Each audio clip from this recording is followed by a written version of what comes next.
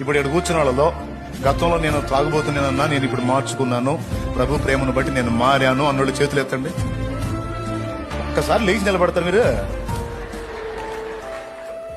తాగితే లేగు.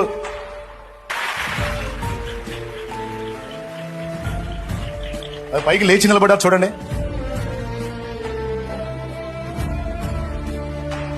అది ఇంకా బాగా పోతా ఉంటే కనపడుతున్నారు. వెనక లేచి నిలబడ్డారు. అదిగో చేతులు ఎత్తండి నాయలారా, చేతులు లోపండి.